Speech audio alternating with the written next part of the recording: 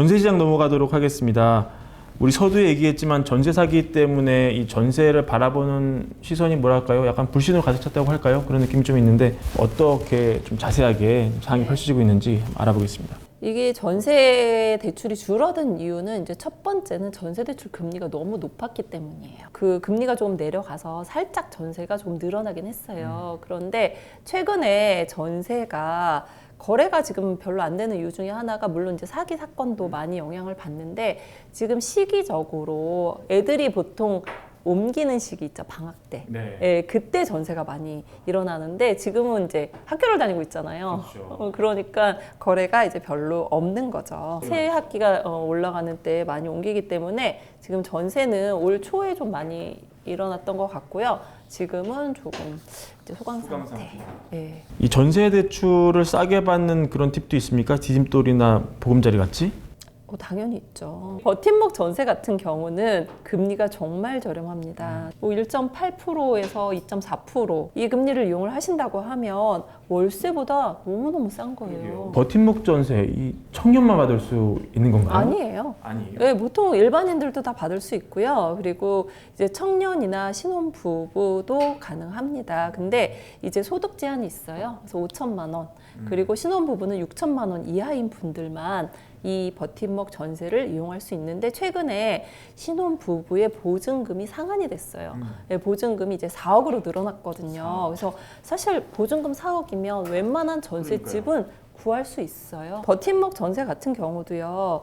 우리가 이제 그 전세 대출은 보증서를 이용을 하게 돼 있거든요. 버팀목도 역시 보증서가 두 종류가 있어요. 그래서 주택금융공사 보증서가 있고 허그라고 해서 허그 보증서가 있어요. 그래서 내가 뭐 소득이 없으면 버팀목 전세 안 되나요? 라고 문의할 수 있는데 이 허그 보증서를 쓰면 소득이 없어도 그 버팀목 전세가 가능합니다. 우리가 이제 안전한 전세를 하려면 가장 중요한 게 뭔지 아시죠? 반환보증보험이에요. 반환보증보험에 가입을 하면 가장 안전한 내 보증금을 지킬 수 있다는 거죠. 네. 버팀목 전세의 한도는요, 그 일반 가구 최대 한도가 70% 이내 1억 2천이에요. 이자녀 이상은 최대 한도가 이제 3억 원까지 네. 가능하다. 그래서 이 대출의 비율이라든지 대출 금액이 그 혜택을 받아야 되는 분들 있잖아요. 다자녀, 그러니까 이자녀 이상 뭐 이런 분들한테는 한도도 많이 해주고 금리도 싸게 해주고 보증금이 높아도 해주고 이런 거를 할 수 있습니다. LH 전세 사기가 이슈가 되면서 비율을 많이 좀 낮춘 뉴스가 많이 나왔습니다. 뭐 공시가 대비 150%까지 쳐줬는데 이거를 공시가 대비 140%까지만 묶고요. 반환보증보험도 전세가율을 100%에서 90%로 낮춘다고 그런 발표가 됐었는데 이게 세입자 측면에서 어떤 걸 좀 유의해서 봐야 되는 걸까요? 이게 사실 이 관련을 하지 않는 분들은 굉장히 어려워요. 근데 내 보증금을 지키려면 공부하셔야 됩니다. 반환 보증에 가입을 하게 되면 예전에는요 100% 보증이라고 해서 집값이 3억이면 전세가 3억이어도 보험에 가입이 가능했어요. 똑같은 조건까지는 이제 반환보증 보험에 가입이 가능했기 때문에 내가 집값이 살짝 떨어져도 이 보증을 받을 수 있었어요. 그런데 이게 지금 집값이 떨어지다 보니까 손해가 나는 거예요. 허그에서도 너무 힘드니까 이 비율을 낮춘 거죠. 그래서 집값이 3억이면 전세는 90% 이내 들어와야 돼. 3927, 2억 7천만 원의 보증금까지만 보험에 가입을 해주겠다. 그 얘기고요. 네. 그 다음에 이제 공시지가 대비 150%에서 140%는 이게 무슨 말이냐. 그렇죠. 빌라에서 많이 해당이 돼요. 빌라가 해당되는 네, 거죠? 우리가 아파트는 KB 시세가 있기 때문에 아까 말씀드렸던 3억 이런 시세가 있잖아요. 그래서 3억에 90%까지만 하면 되는데 이 빌라들은요. 그 시세가 없어요. 그럼 그렇죠. 시세를 어떻게 파악을 하냐면 공시지가로 했어요. 그래서 공시지가가 1억이다. 그럼 지금까지는 150%를 봐줬어요. 1억이지만 이 집값은 1억 5천이야. 뭐 이런 식으로 이제 집값을 책정을 해줬단 말이에요. 네. KB 시세처럼 그렇게 계산을 해줬어요. 그런데 이제는 공시지가의 140%만 인정을 하겠다. 그러니까는 공시지가 1억이면 이 집값은 1억 4천이야. 그렇죠. 그러면 또 1억 4천에 90% 이내인 것만 반환 보증을 해주겠다. 그렇군요. 예, 이렇게 되니까 점점 우리가 보험을 가입을 하려면 전세 보증금을 집값 대비 싸게 얻어야 된다는 얘기입니다. 그러니까 예전에는 1억 5천이어도 반환 보증이 가입했는데 지금은 1억 2,600만 원이어야 우리가 반환보증보험에 가입이 가능한 거죠. 전세 사기가 워낙 흉흉한 뉴스고 사실 이 전세 사기가 되게 가슴 아픈 뉴스인 게 돈이 많지 않은 분의 어떤 전 재산이 통째로 날아갈 수 있는 그런 이벤트잖아요. 이런 사태 미리 예방하려면 어떤 거를 꼼꼼하게 살펴보면 좋을까요? 살다 보니까 사기는요 되게 피해가기가 진짜 어렵더라고요. 그때를 지금 제가 생각을 해봐요. 내가 왜 그때 사기를 당했을까? 일단 첫 번째, 욕심이 좀 갔을 경우도 있어요. 아, 이게 설마 되겠지, 뭐 이거는 괜찮겠지, 뭐 이렇게 내가 조금 미진한 구석이 있는데 아예 설마 뭐 이런 경험이 저는 좀 있었거든요. 그래서 우리가 전세를 얻을 때 그런 경우 있어요. 저 아시는 분도 어떤 경우가 있었냐면 오피스텔에 전세를 들어갔는데 집값하고 오피스텔 가격이 똑같았어요. 그래서 왠지 이게 좀 문제가 될 것 같은데, 그런데 집이 너무 예쁜 거야. 그러니까 에이 괜찮겠지, 그러고 들어갔어요. 근데 당연히 집값이 오피스텔 가격이 하락했죠. 근데 하락이 문제가 아니라 그 뒤에다가 이 소유자가 근저당을 걸어버린 거예요. 세입자 뒤로 개인 근저당이 들어왔어요. 이 세입자는 못 나가. 그런 경우도 있더라고요. 네, 그러면 이게 사기냐? 또 뭐 아닌 거잖아요. 어쩔 수 없이 일어난 일인 경우도 있고, 그래서 약간 별로다라고 하면 안 들어가는 게 가장 좋은데, 또 그 집밖에 없어. 그런 경우가 있어요. 딱 전세 나오고 그 집밖에 없어. 그럴 때는 그냥 포기를 하고 더 안전한 집을 가는 게 나중을 생각하면 더 좋을 수도 있더라고요. 네. 두 번째는 이제 반환보증에만 가입을 하면 일단 마음은 편해요. 그래서 무조건 요즘 같은 때는 집값하고 전세보증금 비슷하다 그러면 반환보증보험, 물론 이제 조금 더 가입이 어려워지긴 했지만 그런데 꼭 가입을 하시는 게 제일 좋을 것 같아요. 그리고 이제 전세 사기에 대해서 자꾸 말씀을 하는데 어떤 분들이 이런 생각을 하시더라고요. 제가 전세 대출 80% 받았으니까 혹시라도 문제가 생기면 저는 그냥 20%만 갚으면 되는 거죠. 이게 무슨 말일까? 나는 대출은 은행에서 해줬으니까 사기는 은행에 당하는 거죠.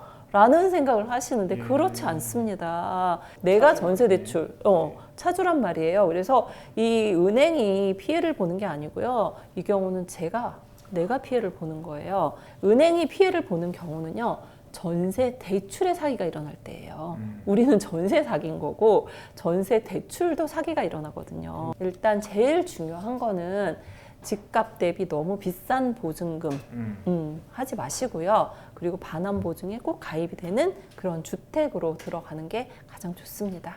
대출이 이런 식으로 이루어지면은 그 뒤에 시장이 좀 어떻게 흘러가더라, 순전히 개인적인 느낌적인 느낌 물어봤을 때 지금 좀 어떨 것 같습니까? 워낙 좀 의견이 엇갈리더라고요. 많은 분들이요, 그동안 보유하고 있는 물건들이 가격이 떨어졌잖아요.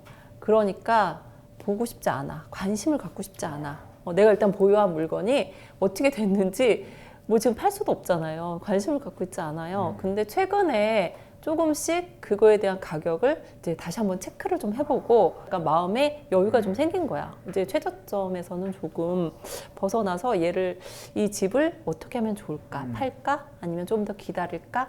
그런 생각을 하는 분들이 많으세요. 금매는 지금 거의 다 소진이 됐고요. 지금 헬리오시티 같은 경우도 정말 많이 떨어졌었거든요. 근데 어느 정도 많이 회복이 됐고, 잠실 엘스 같은 경우도 19억대에서 왔다 갔다 했었는데 지금 뭐 20억 넘게 21억 뭐 이런 식으로 거래가 되고 있으니까 최저점은 이제 좀 벗어난 게 아닌가라는 그런 안도를 하고 있는 분들이 많이 있고요. 그리고 지금 시장에서 제일 많이 질문을 하는 분들이 누구냐면, 무주택자가 강남에 입성하고 싶다, 이번이 기회다 하거나, 아니면 나는 이번 기회에 갈아타기 하고 싶다. 근데 최근에는 무주택자 분들도 그냥 바로 가겠다. 우리 규제 지역에 바로 들어가겠다. 돈이 좀 있는 전문직들이 집을 못 사서 그 타이밍을 놓친 분들이 있어요. 진짜 많이 후회했는데 이것이 또 오히려 기회가 돼가지고 내가 정말 운이 좋구나 뭐 이러면서 지금 집을 사시는 분들도 있거든요. 그래서 이번 기회가 내가 집을 살 수 있는 기회가 되지 않을까라는 분들도 있는데, 떨어지면 어떡해요? 이렇게 물어보기도 해요. 근데 저는 투자자가 아니라면 사실 내 집은요 별로 신경 안 쓰거든요. 그냥 살다 보면 이게 뭐 지나가다가 아 이게 좀 올랐네 뭐 이러지 매일같이 시세를 파악하지 않아요. 그냥 내 집은 또 마음이 주는 이렇게 안정감도 있단 말이에요. 그래서 지금 내가 무주택자인데 집을 알아보려고 하시는 분들은 알아보는 것도 저는 좋다라고 생각을 해요. 실거주 집 한 채는 저는 항상 있어야 된다라고 생각하는 사람이거든요. 급매를 알아보시거나 아니면은 지금 최근에 뭐 청약 통장을 엄청 많이 해지했다 이런 뉴스가 매일 나오고 있잖아요. 그런데 또 청약이 또 좋은 물건들이 나올 수도 있기 때문에 또 해당하시는 분들은 계속 청약홈이라든지 이런 데 들어가서 지금 나오는 분양이 어떤 것인지 확인해보면 내 집 마련하는데 또 분양만큼 좋은 게 없어요. 네, 그래서 혜택을 보시면 좋을 것 같아요. 왜냐하면 얼마 전에 그 둔촌 주공도 결국은 받은 분이 승자가 됐어요. 그러니까요. 그때는 그 난리였지만. 그러니까요. 내가 만약에 무주택자였어. 그러면 사실 굉장히 좋은 기회가 되었던 건데 뭐 어쩔 수 없었죠. 그거는. 지금 현 시장을 바라보기가 되게 좀 예민한 부분이 있기는 한데 어찌됐든 금매는 지금 다 거래가 됐고요. 돌아다니면서 금매 찾으시는 분들은 좀 많으세요. 근데 약간 지금 소강 상태예요. 왜냐면 다 팔렸기 때문인가요? 그리고 예전에는요. 집값이 막 오를 때는 금매 팔리면 그 다음 따라붙었어요. 지금 매수자들은 따라붙진 않아요.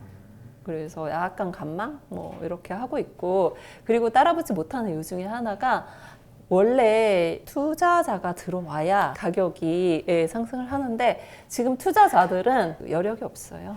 돈이 없어서가 아니고 이분들은 지금 세입자 보증금을 돌려줘야 준비를 하고 있어야 돼. 이 사람들은 임대인이 뭐 사기를 치는 분들도 아니고 세입자들한테도 되게 관계가 좋단 말이에요. 그러면 저희 세입자가 나갈 수도 있고 아니면 연장하는 시점에 보증금이 지금 빠졌어요. 내가 원래 4억이었는데 이번에 연장할 때는 뭐 3억 5천으로 내려줘야 돼.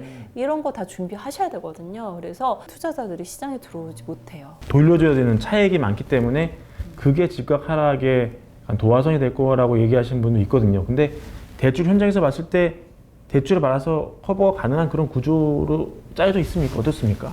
그러니까 규제 지역은 조금 이제 한도가 50%밖에 되지 않고 다주택자들은 지금 생활안정자금 대출이 40%밖에 되지 않아요. 그래서 뭐 조금 어려울 수는 있지만 그래도 예전보다는 많이 풀렸죠. 예전에는 규제 지역의 전세 퇴거자금 대출이 다주택자는 안 됐거든요. 네, 1억까지밖에 안 돼가지고 못 돌려줬어요. 근데 지금은 그래도 다주택자여도 40%까지 규제 지역에서 전세 퇴거할 수 있도록 대출이 가능합니다. 40%는 LTV 기준이고. 네. 예, 물론 DSR 체크를 하긴 하지만 뭐 어떻게 해서라도 다 맞추시더라고요. 그래서 조금 이제 수월하게 돌려줄 수 있는 상황이고요. 전세 시세도 계속 떨어지고 있진 않아요. 어느 정도 조금 올라가고 있는 상황이어서 얼마 전에 이제 임대인분하고 이제 통화를 하는데 세입자가 연장을 빨리 해달라고 그런다고. 빨리 해달라고. 그쵸. 예. 자기는 한두 달 있다가 연장하면 뭐 한 1, 2천이라도 좀 더 늦게 하게 되면 더 받을 수 있을 것 같은데 이 세입자가 빨리 해달라고 그러는데 또 이 세입자 나가면 또 못 구할까 봐 무섭다는 거예요. 그러면 그냥 싸게 해주시는 게 맞겠죠.